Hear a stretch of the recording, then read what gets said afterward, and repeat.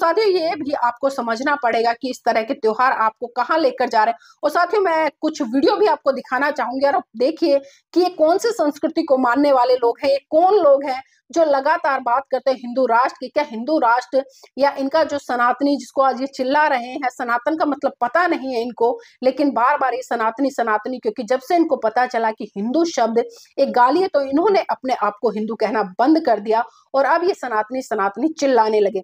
तो एक बार जो इनका हिंदू राष्ट्र या हिंदू प्रेम है वो भी देख लीजिए कि महिलाओं के प्रति कितनी अभद्रता और कितनी असभ्य भाषा का ये इस्तेमाल करते हैं। ये वीडियो साथियों मैं दिखाना नहीं चाहती थी, लेकिन मजबूरी में दिखा रही हूँ, वो भी आप लोगों की आंख खोलने के लिए। और आप खुद सोचिए कि यहाँ पर महिलाएं भी है, पुरुष भी हैं, बच्चे भी खड़े हैं और बच्चों के सामने इस तरह की अश्लील भाषा का इस्तेमाल करना, और महिलाएं भी ठाटे लगाकर हंस रही हैं और ये पुरुष भी हंस रहे हैं। तो बताइए कौन सी संस्कृति है, कौन से त्योहार हैं जो इस तरह की परमिशन आपको देते हैं। आप सार्वजनिक रूप से अगर किसी पर चिल्लाएं या किसी को गाली दें तो आप सलाखों के पीछे जाएंगे, लेकिन इन त्योहारों के नाम पर आप खुले आम इतना गंद फैला रहे हैं, इतनी अश्लीलता फैला रहे हैं। आप ये भी नहीं सोच रहे कि समाज में इन चीजों का क्या प्रभाव पड़ेगा। के ऊपर कोठरी और वामे परमानंद, भाभी वामे परमानंद, और एक लंडते तीनों चौधी सास बहू और नंद गयोरी, मेरे अंगना में बांसुरी बजाए गयोरी। अरे तेल जले बाती जले और नाम दिए को होय, भाभी नाम दिए को होय, और चूत चुदावे यार ते और नाम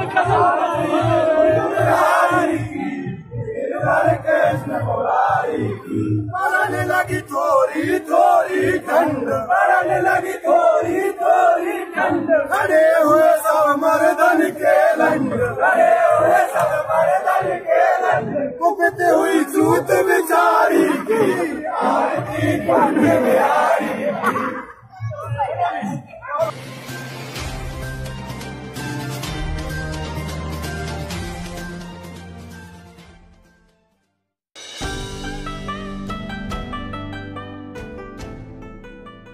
होली के दिन दिल खिल जाते हैं, रंगों में रंग मिल जाते हैं, गिल शिकवे छोड़ के दोस्तों दुश्मन भी गले मिल जाते हैं। होली के दिन दिल खिल जाते हैं, रंगों में रंग मिल जाते हैं। नमस्कार, आप देख रहे हैं एनबी न्यूज 24x7 नीलम बोध के साथ। साथियों आप इस गाने के माध्यम से समझ गए होंगे कि आज मैं होली को लेकर चर्चा करने वाली हूँ। तथाकथित लोग इस चर्चा से नाराज भी होंगे, लेकिन मैं उन लोगों के लिए वीडियो नहीं बना रही हूँ जो इस तरह की प्रतिक्रियाओं में सम्मिलित रहते हैं या इस तरह के त्योहारों को मनाते हैं। साथियों मेरा ये वीडियो बहुजन समाज के उस तबके के लिए है जिसकी संख्या इस देश में 85% है, और उसी को जागरूक करने के लिए मैं ये वीडियो बना रही हूँ। तथाकथित लोग मेरी इस वीडियो पर आएंगे, तरह तरह की टिप्पणियां करेंगे, गाली गलौच भी करेंगे। खैर मुझे उनसे कुछ लेना नहीं है, क्योंकि जिसकी संस्कृति ने जो उनको दिया है वही वो दूसरों को देने का काम करेंगे। साथियों अक्सर हम बचपन में और अब तक, जब तक हमें सोच समझ नहीं थी, हम चीजों को समझ नहीं पाते थे, तर्क के आधार पर उनका एनालाइजेशन नहीं कर पाते थे, तो हमें भी स्कूलों में पढ़ाया गया कि जो होली है वो हिंदुओं का एक प्रसिद्ध त्योहार है और इसको बड़े स्तर पर पूरे भारत देश में मनाया जाता है। और इसके पीछे की जो कहानी बताई जाती थी कि हरदोई का एक राजा था जिसका नाम हिरण्यकश्यप था, उसकी एक बहन थी उसका नाम होलिका था, उसको वरदान था कि वो कभी भी आग में नहीं जलेगी। और जो हिरण्यकश्यप था उनका एक बेटा था जिसका नाम था प्रहलाद, जो कि विष्णु का एक भक्त बताया गया है, क्योंकि जो हमें पढ़ाया गया मैं उसके आधार पर बात कर रही हूँ कि वो विष्णु की भक्ति करता था और उनकी भक्ति में इतना लीन रहता था। और जो हिरण्यकश्यप थे वो भगवान के विरोधी थे, उन्हें विष्णु बिल्कुल भी पसंद नहीं थे, इसलिए वो नहीं चाहते थे कि जो उनका बेटा प्रहलाद है वो विष्णु की भक्ति करे, उसकी आराधना करे, उसकी पूजा करे। और जब उन्होंने बहुत सारे प्रयास किए अपने बेटे को समझाने के लिए, और जब उनके बेटे ने उनकी बात नहीं मानी, तो उससे क्रोधित होकर जो उनकी बहन थी होलिका, जिसको वरदान था कि वो आग में नहीं जलेगी, उन्होंने उसके साथ में एक प्लानिंग बनाई कि वो उनके बेटे प्रहलाद को लेकर अग्नि में बैठ जाए और प्रहलाद तो भस्म हो जाएगा और होलिका को तो वरदान है, वो अग्नि में नहीं जलेगी। और जो हमें बताया जाता है कि जो होलिका है वो तो अग्नि में जलकर राख हो गई, जिसको कि वरदान था कि होलिका कभी भी अग्नि में नहीं जलेगी। और जो प्रहलाद था वो बच गया, और उसके पीछे जो विष्णु की भक्ति है उसका हवाला दिया जाता है।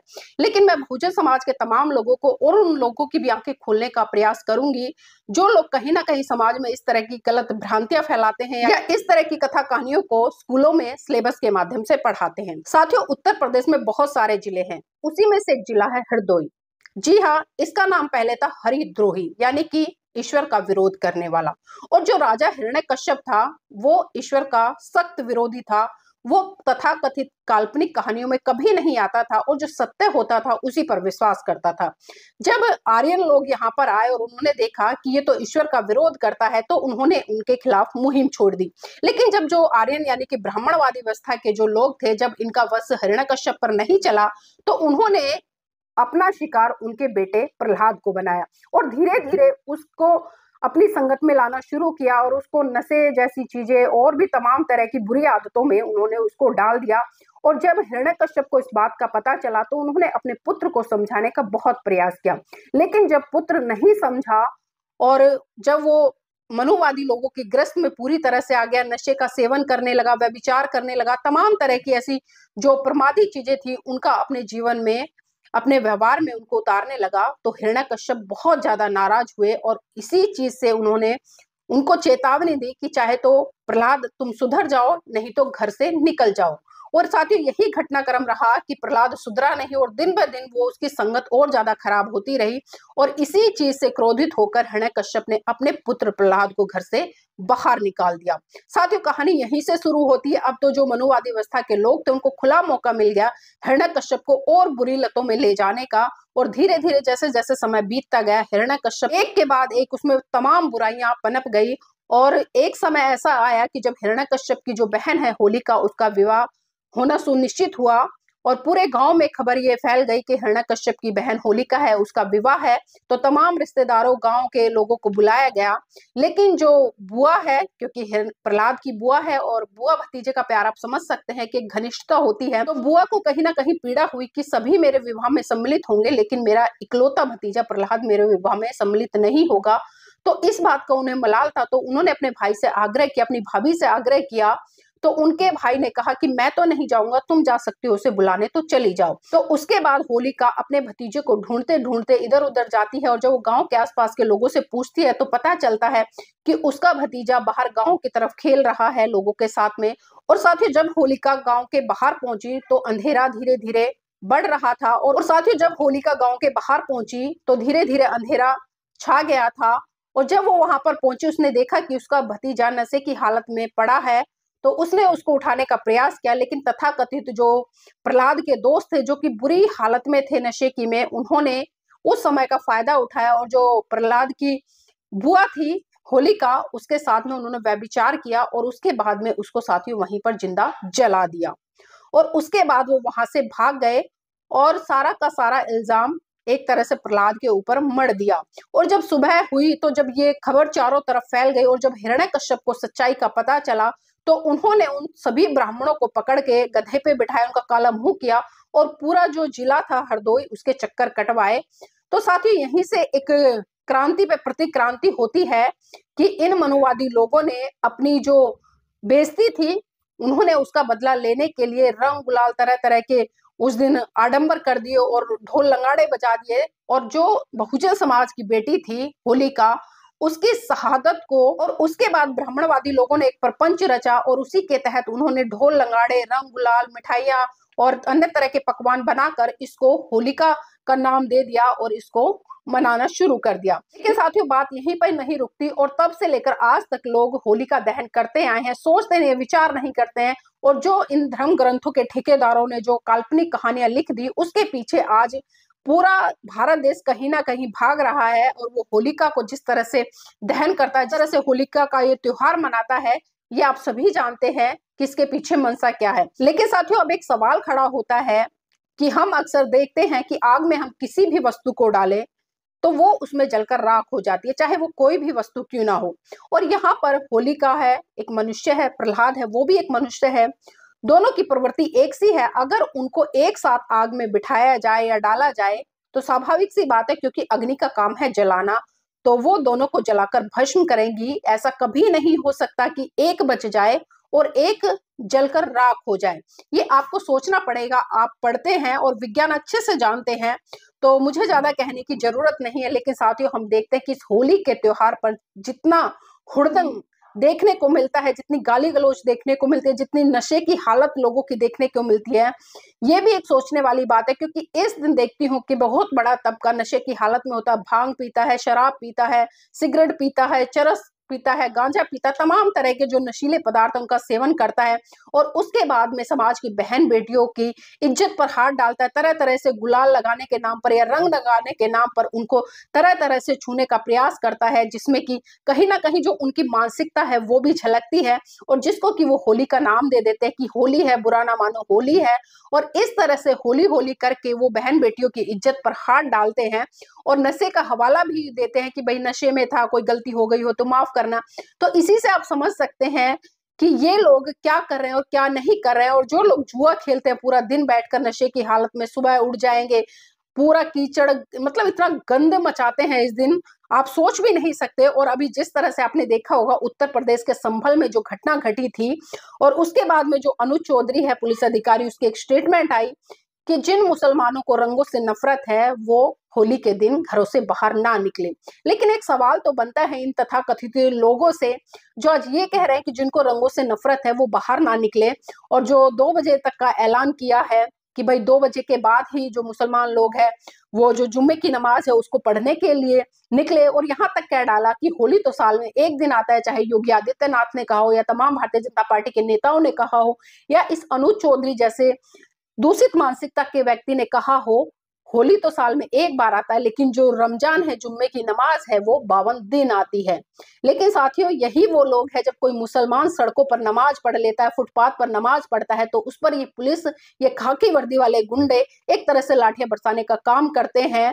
लेकिन जब इनके खुद के इतने गंदे त्योहार आते हैं जिसमें कि पूरी तरह से अश्लीलता भरी होती है, नशा भरा होता है, गाली गलौज भरा होता है, बहन बेटी के साथ में छेड़छाड़ भरी होती है, वहां पर ये लोगों को नसीहत देते नजर आते हैं, तब उनके लिए कोई पाबंदी नहीं होती। तब ये नहीं कहते कि कोई सड़कों पर जाकर गुलाल नहीं आएगा, कोई सड़कों पर जाकर गंद नहीं फैलाएगा, कोई सड़कों पर पर्यावरण को जाकर प्रदूषित नहीं करेगा, तब इस तरह की कोई स्टेटमेंट नहीं आती, तब ये शांति बनाने की बात नहीं करते। लेकिन जब दूसरी संस्कृति के लोग अपने तीज त्योहार, अपने पर्व को मनाते हैं, तब यहाँ पर इनके तमाम कानून नियम सामने आ जाते हैं। लेकिन यहाँ पर साथियों, मैं बहुजन समाज के लोगों से अपील करूंगी, साथियों, जिस दिन आपके समाज की बहन बेटी की इज्जत लूटी गई, यानी कि होली का उसको जिंदा जलाया गया, और आप उसी के मरण दिवस पर आप खुशी मना रहे हैं, जब हमें सोचना चाहिए, समझना चाहिए कि इन मनुवादी व्यवस्था के लोगों ने हमारे समाज की बहन बेटी के साथ में क्या किया, कितनी भद्रता की और किस तरह से जो जघन्य अपराध किया, और उसके बाद उन्होंने उसको जिंदा जला दिया। लेकिन आप लोग उसी दिन जश्न मनाते हैं, गुलाल उड़ाते हैं, इसको प्यार का नाम देते हैं, दुश्मनी दूर करने का नाम देते हैं।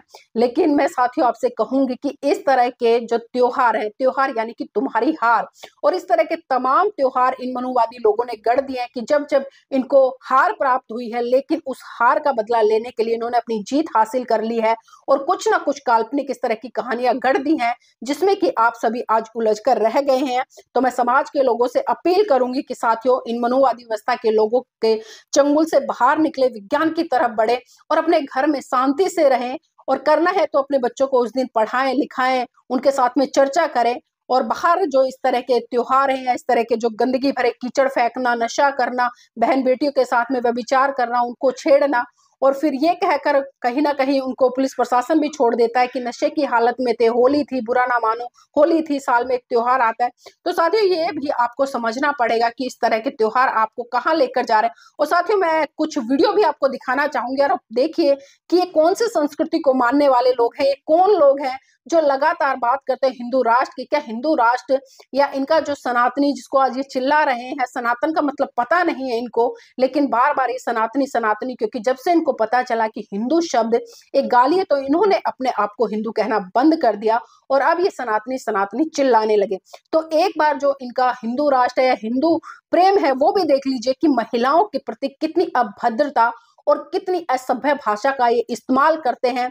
ये वीडियो साथियों मैं दिखाना नहीं चाहती थी, लेकिन मजबूरी में दिखा रही हूँ, वो भी आप लोगों की आंख खोलने के लिए। और आप खुद सोचे कि यहाँ पर महिलाएं भी है, पुरुष भी हैं, बच्चे भी खड़े हैं, और बच्चों के सामने इस तरह की अश्लील भाषा का इस्तेमाल करना, और महिलाएं भी ठाटे लगाकर हंस रही हैं और ये पुरुष भी हंस रहे हैं। तो बताइए कौन सी संस्कृति है, कौन से त्योहार हैं जो इस तरह की परमिशन आपको देते हैं। आप सार्वजनिक रूप से अगर किसी पर चिल्लाएं या किसी को गाली दें तो आप सलाखों के पीछे जाएंगे, लेकिन इन त्योहारों के नाम पर आप खुलेआम इतना गंद फैला रहे हैं, इतनी अश्लीलता फैला रहे हैं। आप ये भी नहीं सोच रहे कि समाज में इन चीजों का क्या प्रभाव पड़ेगा। तो मैं सिर्फ यहाँ पर अपने बहुजन समाज के लोगों से कहना चाहूंगी कि साथियों, दूसरे लोग गड्ढे में पड़ते हैं, पड़ने दो। वो नशा करते हैं, करने दो। वो दारू पीते हैं, पीने दो। लेकिन आप इन तमाम चीजों से दूर रहो, क्योंकि ये आपके त्योहार नहीं है, एक तरह से ये आपकी हार है, जिसको कि ये मनुवादी लोग जश्न के रूप में मनाते हैं। साथियों, मैं चाहूंगी कि आप इस वीडियो को लाइक करें, शेयर करें और कमेंट करके अपनी प्रतिक्रिया जरूर दें कि आप इस वीडियो से, और जो ये दो घटनाक्रम मैंने बताए हैं, एक मनुवादियों ने खड़ा है और एक जो सत्य घटना है, आप इनको किस तरह से देखते हैं और आप इनको देखकर, सोचकर किस निर्णय पर पहुंचते हैं। तो साथियों, कमेंट करना ना भूले, और अगर जिस भी साथी ने अब तक चैनल सब्सक्राइब नहीं किया है तो आपसे आग्रह है कि चैनल को जरूर सब्सक्राइब कर लें।